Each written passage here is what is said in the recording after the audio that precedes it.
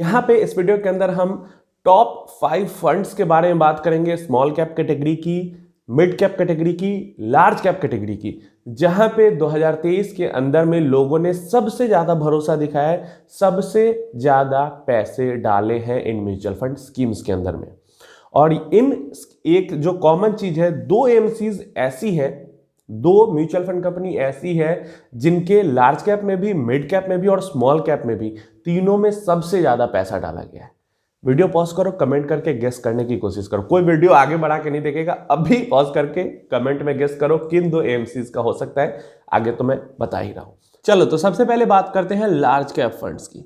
Large cap में कोटक के अंदर में 5th नंबर पे सबसे ज्यादा आई है यहाँ पे इनफ्लो 710 करोड़ की। एसबीआई के अंदर में जो इनका लार्ज कैप फंड है 830 करोड़। कैनरा रोबैको का जो लार्ज कैप फंड है उसके अंदर में भी 830 करोड़।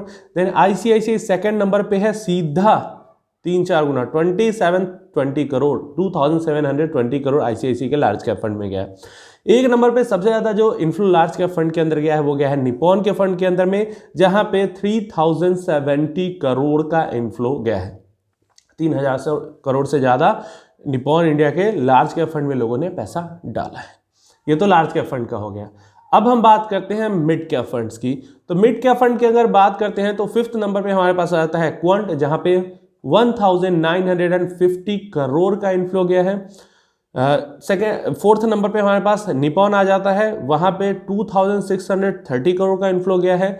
3rd नंबर पे हमारे पास आ जाता है एसबीआई, जहां पे 3530 करोड़ का इन्फ्लो गया है। एंड एचडीएफसी के अंदर आ जाता है 3590 करोड़। और सबसे ज्यादा जो पैसा गया है मिड कैप फंड्स के अंदर वो गया है कोटक मिड कैप फंड के अंदर, जहां पे 6330 करोड़ का इन्फ्लो गया है। तो यहां पे अगर हम देखते हैं तो एचडीएफसी और क्वांट दो के मिड कैप फंड है जो कि टॉप 5 जिसमें सबसे ज्यादा गया है इन्फ्लो मिड कैप कैटेगरी में है। लेकिन लार्ज कैप में कोटक का, लार्ज कैप में एचडीएफसी का और क्वांट का फंड नहीं है जिसके अंदर सबसे ज्यादा इन्फ्लो गया है। इसके अलावा निपॉन की बात करते हैं, एसबीआई की बात करते हैं, और ये दोनों है जहां पे सबसे ज्यादा इन्फ्लो दोनों के अंदर गया है। और लार्ज कैप में भी इनके फंड्स हैं एंड यहाँ पे मिड कैप में भी फंड है। आईसीआईसीआई की भी बात करते हैं तो आईसीआईसीआई का लार्ज कैप में है, लेकिन मिड कैप में आईसीआईसीआई की जगह पे यहाँ पे एचडीएफसी है और कैनरा की जगह पे यहाँ पे क्वांट हो जाता है। लेकिन जब हम बात करते हैं स्मॉल कैप फंड्स की, स्मॉल कैप फंड्स की स्टोरी अगर हम देखते हैं तो 5th नंबर पे सबसे ज्यादा जो इन्फ्लो गया है स्मॉल कैप फंड्स के अंदर, थोड़ा सा ये आश्चर्यजनक जरूर है क्योंकि एक्सिस स्मॉल कैप हमारे पास 5th नंबर पे है जहां पे 2680 करोड़ का इन्फ्लो गया है।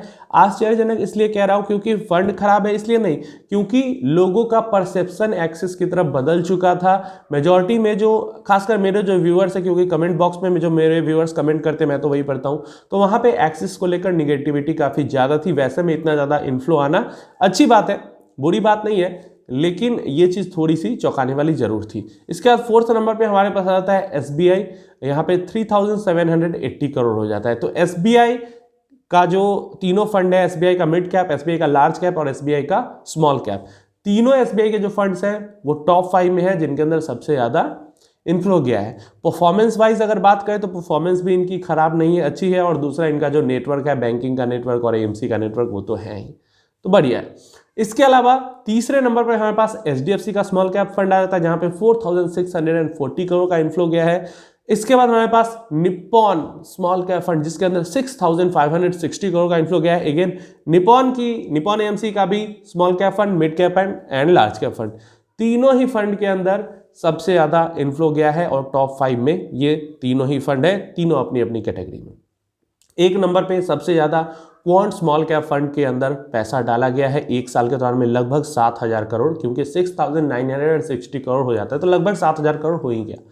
तो ये टॉप 5 फंड्स थे जहां पे लोग बहुत ज्यादा इन पे भरोसा दिखा रहे हैं। लोगों को उम्मीद है इनसे कि फ्यूचर में इन फंड्स के अंदर में बहुत ज्यादा पैसा बन सकता है, रिटर्न मिल सकता है, तभी तो लोग इतना ज्यादा पैसा इनके अंदर में डाल रहे हैं।